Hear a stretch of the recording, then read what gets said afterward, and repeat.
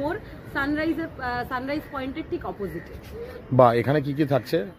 Same menu থাকছে, pulao mutton তো থাকছে, আনলিমিটেড পোলাও মাটন, আর তোমার তার সাথে ভেজ থালি, ননভেজ থালি, ফিশ থালি, যেগুলো যেগুলো ছিল ওই দোকানে সব পাওয়া যায়।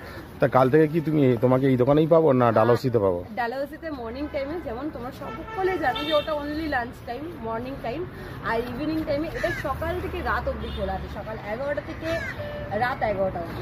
এটা কি অনলাইন থাকছে? সুইগি জোম্যাটো সব কিছু থাকবে। সুইগি জোম্যাটোতে এখনই স্টার্ট হয়নি, বাট খুব তাড়াতাড়ি স্টার্ট হবে। বা আর এখানে তোমার মানে স্পেশাল আইটেমটা কি থাকছে?